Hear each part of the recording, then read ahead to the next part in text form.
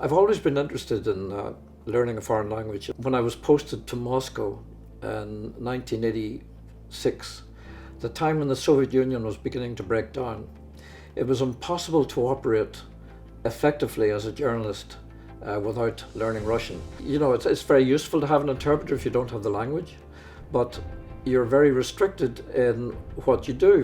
The interpreter will only give you from the newspapers that he's analysing for you. He mightn't give you what you really want from those newspapers. So, you know, you're seeing the country through the prism of an employee of the government. And that's not a way that a very satisfactory way for a journalist to work.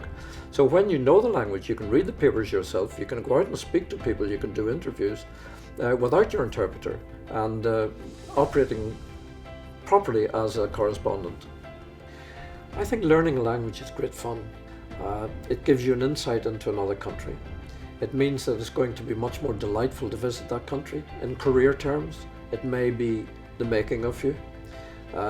Also, learning a foreign language is very good for your mental health and your ability to study. I would encourage students to pick one foreign language. You know, this is the age of travel.